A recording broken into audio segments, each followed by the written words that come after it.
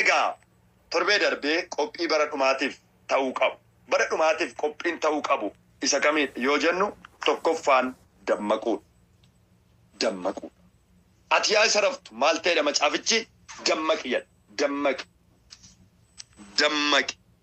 Warra du'an keessaas kan Kiristoos siif ibsa jedhamee caafameera. Kiristoos siif ibsa. Siif ibsa. Dammaquu. Lammaffaa hamma dhumaa dhaabbachuu. Hamma dhumaa dhaabbachuu. Hamma dhumaa dhaabbachuu. Eenyutu hamma dhumaa dhaabbachaa jira? Hamma dhumaa dhaabbachuu. Qophii bara dhumaatiif ta'uu qabu keessa hamma dhumaa. Hamma dhumaa gaafa jennu rakkinni barbaade yoo jiraateyyuu, beelli barbaade yoo jiraateyyuu, giriraan barbaade yoo jiraateyyuu, Kiristoos irraa wanti gargar na baasu hin jiru jedhee namni Waaqayyoo ergamaan Phaawulos akkuma dubbate hamma dhumaa maal gochuudha? Dhaabbachuudha. Hamma dhumaa dhaabbachuun hin barbaachisa jechuudha. Hamma dhumaa dhaabbachuu.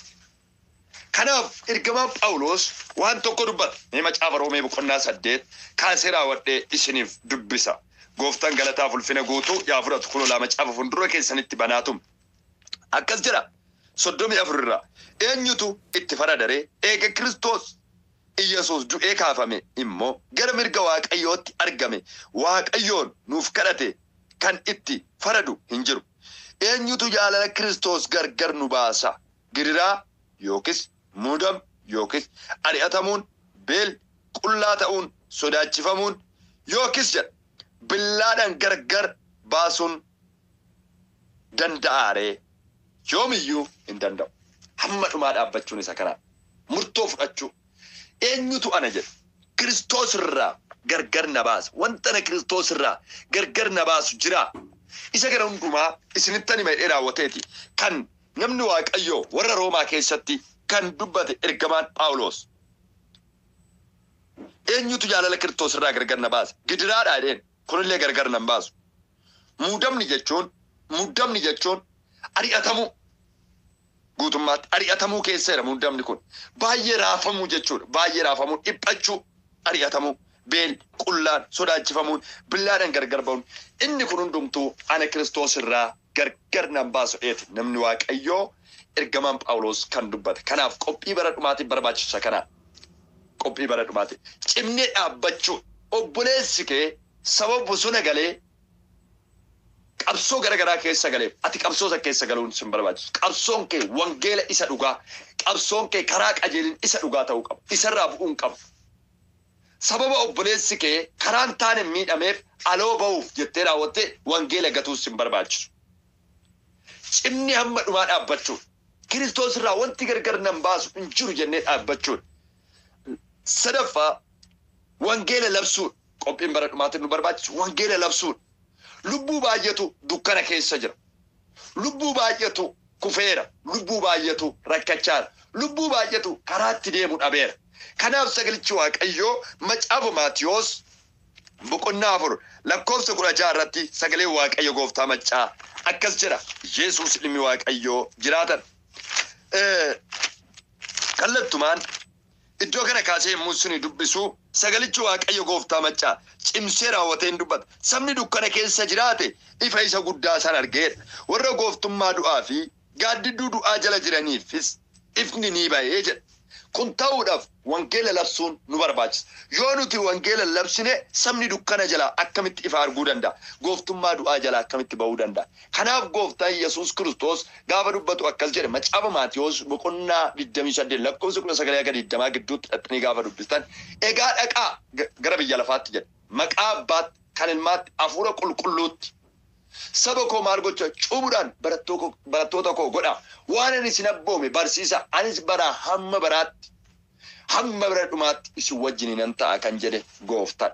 Kanaafiyyuu wangeela labsuun nu barbaachisa. Gooftummaan ardiif samii kanarratti Iyesuus ilma Waaqayyooti akka kennamu dhalootatti himuun nu barbaachisa jechuudha. Dhalootatti himuun nu barbaachisa. Akkasuma inni xumuraa bara mootu nu barbaachisa. Waa'ee kanaa cimsee dubbadheera. Bara moodha. Kana cimsee torbee darbe barsiiseera waan ta'eef qooddama bara dhumaati. Barri dhumaa bakka gurguddaa afuritti qoonnee ilaaluu hin dandeenye. Tokko bara waldaa. bara waldaa kan jedhamu kuni bara amma keessa jirru kanaadha. Gooftaan Yesuus Kiristoos guyyaa dhalootarraa jalqabee hanga Yesuus Kiristoos waldatti lafarraa fudhatutti bara waldaa jedhama. Bara waldaa jechuun bara araaraa, bara waldaan kiristaanaa karra ishee bantee dhalootattee jiru. Yeroo dhiifamaatiif, yeroo barumsaatiif, yeroo tajaajilaatiif, yeroo jaalalaatiif, yeroo waldaan kiristaanaa balbala ishee bantee dhaloota garaa dhiifamaa akka qabaataniif, yaada garaa isaanii akka diddiirrataniif dhaloota itti kadhachaa jirtu. Itti barbaadaa jirtudha. Bara waldaa kan jedhamu. Bara waldaa kan jedhamu. Lammaffaan bara ol fudhatamuu waldaati. Bara ol fudhatamuu waldaati. Barri ol fudhatamuu waldaa kuni waggaa torbaan kan haguugamu. Waggaa torbaan ol fudhatamuun waldaa waggaa torbaan. Waldaan kiristaanaa isheen jirtu tuni gara waldaa guutuu addunyaatti ol fudhatamti. Waggaa torbaaf. Waggaa torbaaf samiitti cidha guddaa akka nyaattu torbee darbe wajjin ilaalleera. Waggaan torba biyya lafaatiif iddoo lama gurguddaatti qoodamu. Waggaa sadiif walakkaa ta'ee biyya lafaa kanatti hin qoodamu. Waggaa sadii walakkaan yeroo quufa fi yeroo nagaa, yeroo bashannanuuti namoota hundumaafuu, bineensota hundumaafuu. Hafuurichi Daabiloos bara durii kan jedhamu, Bi'ilzeebul kan jedhamu waggaa torba saniif gallakkifama lafa kanarratti warra hafaniif. Waggaa sadiif walakkaadhaaf nagaan jiraachisa. Lafti kunis waanuma facaasan biqilchiti. Inkirdaadan biqilchitu. Loowwan isin quufa, re'oottan isin quufa, hantuunnis adurreenis hundi walin tuqu yeroo quufaa isiniin jedheera. Waggaa sadii walakkaa yeroo darbu saba Israa'el warra mallattoon gooftaa Yesuus Kiristoos irra jiruuf yeroo rakkinaaf yeroo gadadoo yeroo boo'ichaati. Yeroo sun yeroo rakkinaaf yeroo gadadoo yeroo boo'icha guddaati. Yeroo afurri 66 mallattoo isaa warra ofirraa hin qabne yeroo itti cingirsu, yeroo itti miidhu, yeroo itti ari'u, yeroo isaan qalu, yeroo isaan miidhudha. Namoonni waggaa sadii walakkaa kana gidduutti hamma dhumaa cimanii dhaabbatanii afuricha mallattoo 66 qabu kanaaf siif sagannu jedhanii morman. Mootummaa Waaqayyoo galuudhaaf carraa qabu. Mootummaa Waaqayyoo galuudhaaf siif sagannu jedhanii kan wareegaman. Siif saganna jedhanii kan duubatti deebi'an mootummaa Waaqayyoo galuu hin danda'an. Isaan kun kamiidha gaafa jettan? Har'a warra gooftaa Yesuus Kiristoos argatanii maqaan isaanii galmee gooftatirra jiru duubatti deebi'an. Qabeenyaaf jedhanii, wal fuudhuuf jedhanii, wantoota baay'eef jedhanii warra har'a gooftaa kaadan. Gooftarraa duubatti deebi'an kun waggaa sadiif walakkaan isaaniif yeroo rakkinaaf, yeroo gadadoo, yeroo dhiphina guddaati. Afurichi kun mallattoo isaatiin ba'a. Warra mallattoo isaa qabu malee gurguranii bituus hin danda'amu bara san keessa. Warra mallattoo isaa qabu malee nagaatti jiraachuun hin danda'amu. Waggaa meeqaaf? Waggaa torban saniif. Keessattuu waggaa sadii walakkaa saniif. Warri mallattoon gooftaa irra jiru yeroo sanitti baay'ee miidhamu. Warri mallattoon gooftaa irra jiru kun deebi'anii afuricha saniif sagadan. Yommuu mallattoo san irratti argan hindidu ati gooftaa Yesuusii miti jedhuun, ati masii dhugaatii miti jedhuun. Kanaaf afurichi sun baay'ee isaan miidha. Baay'ee isaan sarda, isaan cunqursa. Isa keessa amma dhumaa dhaabbatanii kan wareegaman, dhiiga isaanii kan lolaasan mootummaa Waaqayyoo akka dhaalan isinitti himeera jechuudha. Waggaa torba kun yommuu xumuramuu ga'utti afurri Daabiloos jedhamu kun fuulladhaa fuulletti ba'ee raawwateet gooftaan Yesuus Kiristoos waggaa 1000 gara biyya lafaa karaatti dhufee murtoo akka hin kennineef lola guddaa kaasa. Caamni qulqullaan ragaa guutuu isa kanaaf nu ba'a jechuudha. Torbee darbee wajjin ilaalleera.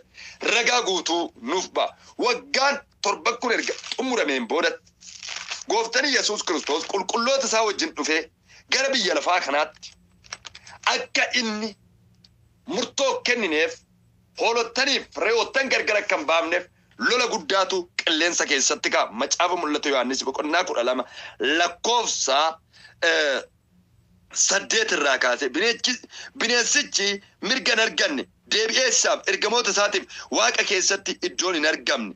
Lakkoofsa 7 irratti keessattuu hin dubbataa jechuudha. Iddoo akka inni dhabu ergamaan waaqayyoo Mikaa'el ergamoota isaa wajjiniin lolee bineensicha daabiloos isa durii kana akka mo'atu seexantichis deebi'ee iddoo akka argan samiirraa akka kufu fayyinni aangoon kan waaqayyoo keenyaa akka ta'e obboloonni keenyas immoo dhiiga hoolichaatiin dubbii isaa dhugaa ba'aniinis akka mo'an sagalichi waaqayyoo ragaa guutuu nuu ba'a. Kanaaf sagalee waaqayyoo akkas jedha obboloonni keenya immoo jedha dhiiga gooftichaatiin dubbii isa dhugaa sanaanis isa mo'aniiru. Isaan du'atti waan isaan geessu yoo ta'e iyyuu lubbuu isaanii hin mararsiifanneera. Lubbuu isaanii hin mararsiifan. Itti qalamanii itti rukutamanii dhiiga isaanii lolaasanii mootummaa waaqayyoo dhaaluu jechuudha. Gooftaan galataaf ulfina guutuu yaa fudhatu. Egaa waggaan torba kun yoo xumuramu lola guddaatu qilleensa keessatti akka ka'u isinitti meera. Lolli guddaan ergamoota waaqayyoo fi ergamoota dukkanaa gidduutti lola guddaatu ka'a. Lola guddaa ka'u kana keessatti ergamoonni waaqayyoo yookaan ergamoonni ifaa ergamoota dukkanaa akka isaan mo'atan. Mo'achuun isaan mo'atanis baraa hanga baraatti mo'atu. Kufaatii guddaa kuffisu. Afuricha kana. Afura kufaa kun deebi'ee lola guddaa kaasa. Waaqayyoo gara biyya lafaa kanatti dhufee akka inni murtoon kennineef hin lola. Asiif achi fiigee ergamoota isaa fudhatee garuu iyyuu hin mo'ama. Waggaa torba kun erga xumuramee afurri hamaan kun mo'ameen booda Gooftaan Yesuus Kiristoos waggaa 1,000 qulqulloota lafa kanarra jiraachisuudhaaf teessoo adiirra taa'ee murtoo kenna. Teessoo adii hoolottaniif re'oottan gargar baasa. Waggaa 1,000 hoolottan kan jedhaman gara mirga abbaatti re'oottan kan jedhaman gara bitaatti gargar qoodamu. Hoolottan kan jedhaman kun galmee gooftatirra warra jiranii. Re'oottan kan jedhaman warra galmee gooftatirra hin jirredha. Hoolottan warra ifa keessa jiranii ijoollee ifaati. Re'oottan ijoollee dukkanaati. Waggaa 1,000 re'oottan afuricha hamaa wajjiniin hin hidhamu. Si'oolii dukkana iddoo ajaa'aa keessatti gooftaan hin hidha. Waggaa 1,000 qulqulloonni fuula waaqayyoo fuulduratti hin jiraatu. Waggaa 1,000 dachee tanarratti. Kunis barri dhumaa kanaan hin xumuramu. Na dhaggeeffadha. Waggaa 1,000 qulqulloonni dachee kanarra gooftaa Yesuus Kiristoos wajjiniin beela malee, rakkina malee, gadadoo malee, fuudha feeruma malee hin jiraatu. Obboleewwan ta'anii waaqayyoon galateeffachuudhaan. Waggaa 1,000 re'oottan yookaan warri bitaa dukkanaa jiran hin hidhamu. Iddoo ajaa'ibaaf ilkaan qaruu boo'ichaatti. Waggaa 1,000 erga xumurameen boodatti dachee haaraa fi samii haaraatu dhufa lafa kanarratti. Waggaa 1,000 warra hidhamaniifis achumaan baraa hanga baraatti akka hidhamaniif irratti mallatteeffama. Murtoon achumatti irratti dabalama. Dursa waggaa 1,000 hidhamu. Deebi'anii baraa hanga baraatti akka hidhamaniif akka gadi lakkifamneef achumaan itti cufamee irratti mallatteeffama. Waggaa 1,000 akkuma dhumateen barichi dhumaa kunis bara hanga baraa kan jedhamu kanarratti daangeffama. Bara hanga baraa yeroo jedhamu hunda daangeffamaa dachee haaraadhaa fi samii haaraatu dhufu. Dachee haaraa kanarratti maaltu dhufinna laata? Gooftaan gaaf tokko nu argisiisuuf jira. Samii haaraadhaa, biiftuu haaraadhaa laata, urjii haaraadhaa laata? Gooftaan nu argisiisuudhaaf jira. Gooftaan galataaf ulfina guutuu yaa fudhatu. Waaqayyo gooftaan maccaa dhaaltuu mootummaa isaatiif isinaa qopheessu. Isin warri sagalee kana dhaggeeffattan hundumti keessan na dhaggeeffadha. Waaqayyo dhaaltuu mootummaa isaatiif isinaa qopheessu. Waaqayyo baraa hanga baraatti fuula isaa fuulduratti gonfoo moo'ichaatiif isinaa dhaabu. Egaa waggaa 7 cidha nyaachuudhaaf jirta. Hin goyyoomin, hin rafin, dammaqi kadhannaa keetti cimi. Waan gaarii hojjechuudhaaf tattaafadhu. Obboleessa kee isa kufe kaasuudhaaf jabaadhu.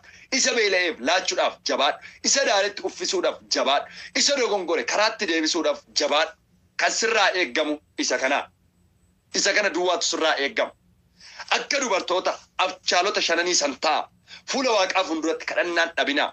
Fuula waaqaa fuulduratti yaada garaa diddiirrachuun dhabinaa. Obboleessa keen hinaafin, obboleessa keen qocholin, ollaa keen qocholin, dhugaan ukkaamsus hin dandeessu. Dhugaa ukkaamsutti ukkaanfamta. Dhugaa balleessutti balleeffamta. Namoonni baay'een dhugaa ukkaamsina jedhanii ukkaanfamanii jiru yookaan dhugaa dhoksina jedhanii dhokatanii jiru. Dhugaa balleessina jedhanii balleeffamanii jiru. Kanaaf adaraa sagalee Waaqayyoo keessatti of haa ilaallu. Yaada garaa keenyaa yaa diddiirrannu. Maraanaataan dhugaa Iyyesuus hin dhufa. Waggaa 7 cidha nyaattu. Cidhati nyaattu cidha buddeenaa kan taane ani sitti meera. Cidhati nyaattu yeroo hundumaa faarfannaa galataati. Maanguddoon 20 arfanii haleluuyaa jedhanii naan argaa gooftaa yoo faarsanii naan argaa Yesuus yoo faarsanii anuu naan argaa. Waggaa 7 cidha faarfannaa galataati samiitti Waaqayyo kasiif qopheesse. Yeroo boqonnaa gaarii waggaa 1,000 lafa kanarra jiraachuuf jirtu. Waggaa 1,000 boodatti jireenya bara baraatti gooftaan si seensisa. Gooftaan galataaf ulfina guutuu yaa fudhatu. Yesuus ilmi Waaqayyoo jiraatadha. Egaa gooftaan hoolotaaf re'oottan yeroon inni gargar itti baasu waggaa 1,000. Erga gaddeebi'een boodatti waggaa 11 waggaa 700 xumurameen boodatti gooftaan hoolotaaf re'oottan gargar baasuudhaaf teessoo adiirra akka taa'u. Macaafni Maatiyos boqonnaan 25 lakkoofsa 31 aga 34 hin dubbataa jechuudha. Gooftaan galataaf ulfina guutuu yaa fudhatu. Yesuus ilmi Waaqayyoo jiraatadha. Egaa barri dhumaa yoom jalqabee yoom xumurama? Barri dhumaa yoom jalqabee yoom xumurama? Meena dhaggeeffadhaa sirriitti. Barri dhumaa kan jalqabamii uume jalqabeeti. Hanga har'aatti baruma dhumaati. Barri kakuu moofaa dhalachuu gooftaa Yesuus Kiristoosin maal ta'e xumuramee darbeera. Lakkoofsi bara kakuu moofaa dhalachuu gooftaa Yesuus Kiristoosin daangeffame. Akkuma kana barri waggaa 1,000 bara hanga bara baraatiin daangeffame. Waggaan 7 waggaa 1,000 daangeffame. Waggaa 11 bara hanga baraatiin daangeffame. Akkasuma kakuu moofan kakuu haaraadhaan daangeffame. Barri kan xumuramu erga Iyyesuus waggaa 1,000 lafa kana irratti xumuree booda kan barichi kan xumuramuu danda'u. Lakkoofsi barichaa kan xumuramu erga gooftaa Yesuus Kiristoos waggaa 1,000 lafa kana irratti nu xumursiisee booda. Kanaan booda bara hanga baraa jalqabna. Bara hanga baraa lakkoofsa haaratu jalqabaa jechuudha. Kanaan booda barri haaraan kan jalqabamudha. Barri haaraan kun bara wanti hundinuu itti haaraa ta'ee argamudha. Wanti hundumtuu haaraa ta'ee argama. Dachii amma argitan kana hin argitan. Qabeenya lafarratti amma argitan kana hin argitan. Biiftuu urjii amma argitan kana hin argitan. Wanti hundumtuu haaraa ta'a. Waggaa 1,000 boodatti urjiileen kun biiftuuwwan kun hundumtuu samiin kun akka aaratti bittinnaa. Dachee kun akka galaanatti lola'ee tara. Qabeenyi lafarratti argitanii amma itti ajaa'ibsiifattan kun Ameerikaan jettan, Awurooppaan jettan, Kanaadaa jettan, Itoophiyaa jettan hundumtuuyyuu gaafsan dacheen ishee akka galaanatti fuula Waaqaa fuulduraa lola'ee bada. Fuula Waaqaa fuulduraa akka bishaanitti. Maal ta'uudhaaf? Dachee haaraadhaa fi samii haaraa fiduudhaaf. Gooftaan galataaf ulfina guutuu yaa fudhatu. Barri haaraan kun bara wanti hundumtuu itti haaraa ta'e argamudha. Barri haaraa kana keessa samii fi dachee haaraatu uumama. Namni hin haaromu sababbii tokkicha ilma Waaqayyootti si'a tokko haaromeef. Namni garuu hin haaromu. Kan haaromu samiif dacheedha. Wanta samiif dachee kana keessa jirudha. Ilmi namaa si'uma tokko gatii dhiiga gooftaa Yesuus Kiristoosiif maal ta'eera? Haaromneera. Aniif sin haaradha. Moofaa miti. Moofummaan nurraa ka'eera. Jireenyi moofaa nurraa ka'eera. Aniif sin gooftaa Yesuus Kiristoos dhiiga isaatiin maal taaneerraa? Haaromneera. Yeroo sanis nuyi haaradha. Har'as haaradha jechuudha. Namni hin haaromu. Sababbiin isaa tokkicha ilma Waaqayyootiin si'a tokko maal ta'eera? Haaromeera. Gooftaan galataaf ulfina guutuu yaa fudhatu. Jireenya bara baraa fi du'a bara baraa gargar baasuu jireenya bara baraa fi du'a garagaraa jireenya bara baraa fi du'a bara baraa gargar baasuu akkamitti gargar baasuu dandeenya? Jireenya bara baraa fi du'a bara baraa akkamitti gargar baafnee beekuu dandeenya? Macaafaa ergaa Yohaannis tokkoffaa boqonnaa 5 lakkoofsa 13 irraa kaasee sagalichi Waaqayyoon dubbata. Mee bannee iddoo san wajjin ilaallachuu Waaqayyo galataaf ulfina guutuu yaa fudhatu. Lakkoofsa 13 irraa sagalichi Waaqayyo akkas jedha. Isin warri maqaa ilma Waaqayyootiin amantan jireenya bara baraa qabaachuu keessan akka beektaniifan kana hundumaa isiniif caafe jedha. Isin warri maqaa ilma Waaqayyootti amantan. Isin warri maqaa ilma Waaqayyootti amantan kun jireenya bara baraa akka qabaattan akka beektaniifan kana isiniif caafe. Keessattuu lakkoofsa 11 irratti as deebi'ee akkas jedha. Waaqayyo jireenya bara baraa nuuf kenne. Eega dhugaan isaa isa kan. Jireenyi bara baraa kunis ilma isaa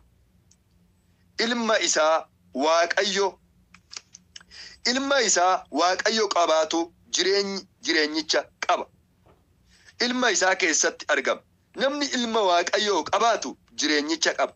Namni ilma Waaqayyoo hin qabne jireenyicha hin qabu jedha. Egaa ilaala. Jireenya bara baraa qabaachuudhaaf ilma Waaqayyoo qabaachuu. Namni ilma Waaqayyoo qabaatu jireenya bara baraa qabaata.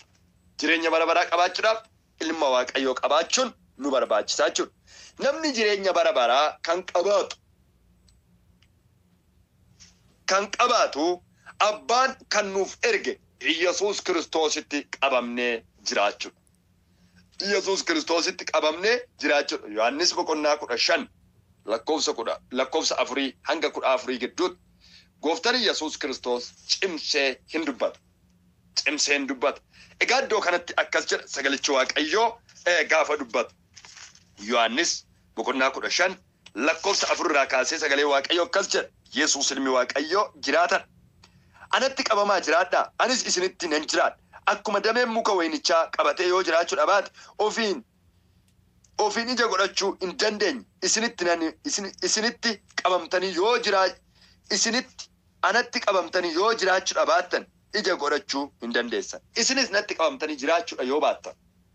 Isinis natti qabamtanii jiraachuu yoo baattan ija godhachuu hin dandeessan. Kana jechuun jireenya bara baraa qabaachuu hin dandeessanii jechuu isaati. Cimsaa iddoo kana dubbisaa. Jireenya bara baraa mataan isaa ilma Waaqayyoo Yesuus Kiristoos qabaachuu yookaan amanachuu. Jireenya bara baraa jechuun mataan isaa ilma Waaqayyoo Yesuus Kiristoos qabaachuu yookaan amanachuu. Namni tokko Yesuus erga fudhatee booda jireenya bara baraa qabaata malee erga Yesuus dhufee boodaa miti. Namni tokko Yesuus Kiristoos erga fudhatee booda jireenya bara baraa qabaata. Erga Yesuus Kiristoos fudhatee booda jireenya bara baraa kan qabaatu malee erga Yesuus bara dhumaatti dhufeen boodaa miti jechuudha. Qorontos 2 boqonnaa 6 lakkoofsa 2. Jireenya bara baraa keessa boo'ichi, rakkin, sobni, hiyyummaan, duuti foonis, beellis, lollii fi kan kana fakkaatan hin jiru. Jireenya bara baraa keessa. Erga jireenya bara baraa keessa seennee boo'ichi, rakkin, sobni, hiyyummaan, duuti foonii, beel, lol wantoonni kun hundumtuu hin jiru. Iddoo sabni hundinuu afaan tokko itti dubbatudha. Mul'ata Yohaannis boqonnaa 7 lakkoofsa 9 hanga 12 gidduutti hin argatu. Qomoon saba hunduu tokko ta'u. Qomoon saba hundaa tokko ta'u. Guraagee, Tigree, Amaaran hin jiru. Sabni hunduu bifa ergamootaa uffata. Sabni hundumtuu jechuudha. Hunduu yoo hin jedhu hundumtuu bifa ergamootaa uffata. Sabni kunis warra Yesuusitti qabamanii jiraatanii. Roomee boqonnaa 8 lakkoofsa 1. Namni Yesuus Kiristoositti qabamee jiraatu itti faradama.